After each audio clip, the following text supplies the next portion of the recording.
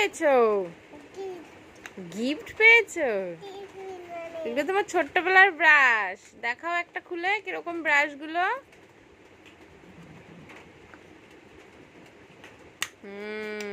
দেখি। এই দেখো, ফিঙ্গার ব্রাশ। যখন সোনা পাপা কত অনেক ছোট্ট ছিল, 7-8 মাস, তখন কিনেছিলাম।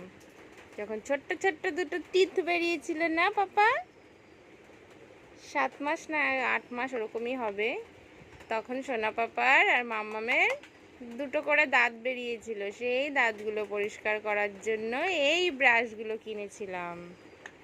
এখনও রয়েছে, এখন এগুলো খেলনা হয়ে গেছে। এরকম 3টে ছিল এরকম বাক্সর মধ্যে, একটা হারিয়ে গেছে, খুঁজে পাচ্ছি না, সেটা ছিল হোয়াইট কালারের। আর এই দুটো দেখো, 3টে সেট ছিল, এখন খেলনা হয়ে গেছে না।